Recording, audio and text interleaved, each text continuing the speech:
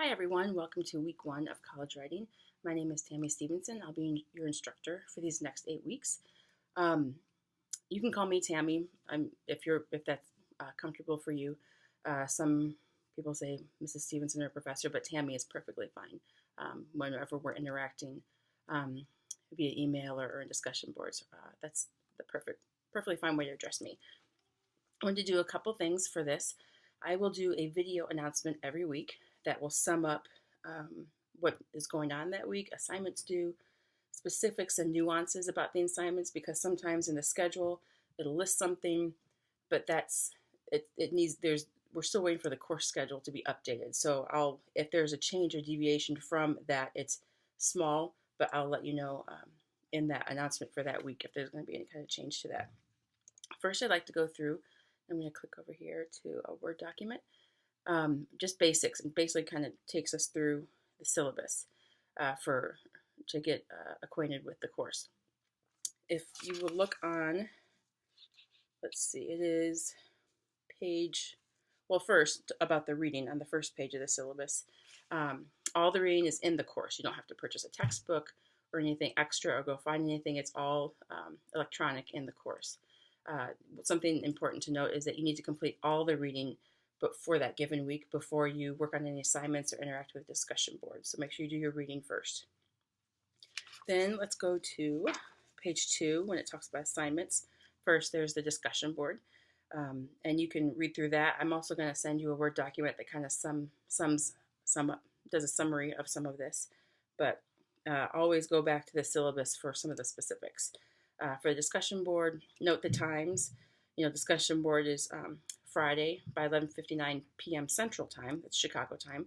That's when your first post has to be made, and then you have to have responded to at least 2 posts of your classmates by Monday night at 11:59 p.m. Central Time.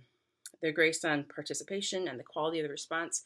So you may reply to 2 students, but if you only have a 1 or 2 word sentence or say, I agree, or that's a great thought, that's not interacting, that's not responding properly.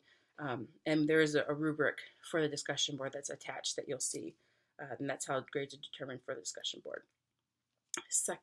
Next, papers. There's some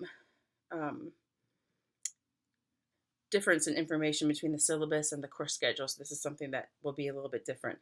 The syllabus says you'll complete 4 3 to 5 page essays, but it's going to be a little bit different. Your narrative essay, which is your first one, is 2 to 3 pages, not 3 to 5. Then you have 2 that are 3 to 5 pages, and then the argument essay at the very end, it might be 3 to 5, it might change. I'm waiting for MDL to get back to me because they indicated that might be longer and it had not been updated in the course. So I'll keep you notified of that when that comes up. So note that your narrative essay, the first one, is 2 to 3 pages, not 3 to 5. Your reading responses, there's a rubric attached to every reading response, and they might be named different things, like in the first week, response to salvation, response to student essays. There's some other various assignment titles, but they're basically reading responses, and there's questions listed in the syllabus that you need to answer and address.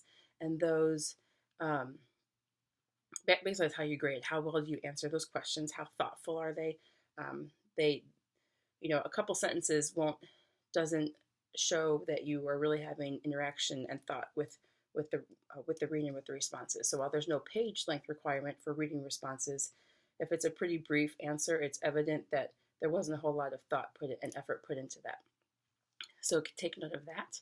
MLA is how Moody, it's the writing style that they use, and OWL is a really good resource. OWL, the Purdue Writing Lab, they have changed and gone over to MLA 8, but MDL is still using MLA 7. So I will provide you and attach in this announcement a citation chart from OWL that is the MLA 7 version, not 8. So that will show you everything you need to know pretty much for this course. It'll show how to cite various sources in the text and in the works cited.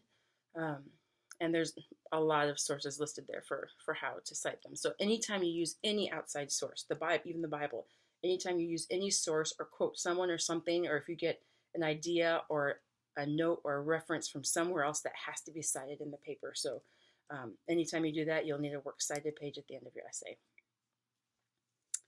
So part of MLA is the 2 pages, I'm sorry, the double-spaced 12-point font, and they list the syllabus, the specific, and list which kinds of fonts are acceptable.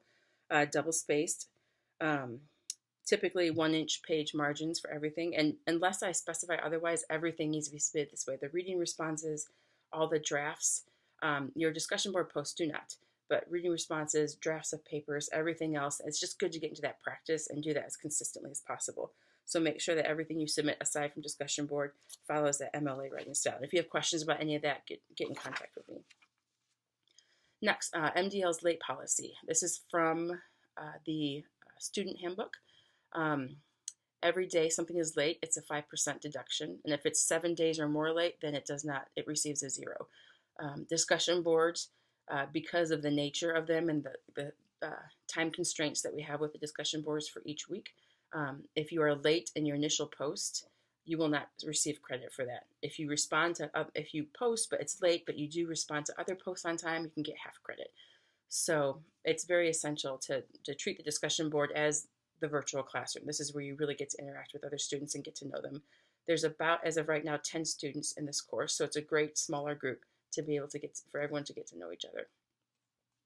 So that's all in this file that I'll send to you. Due dates, pay close attention. Typically Monday night, if you've taken these courses before, you know this, Monday night, 11:59 p.m. Central Time is when everything is due. There are some weeks, though, where you need to have a draft due sooner than that. And pay attention to those. Like it might be due on a Thursday, and then you have to responses submitted to your peers by Sunday.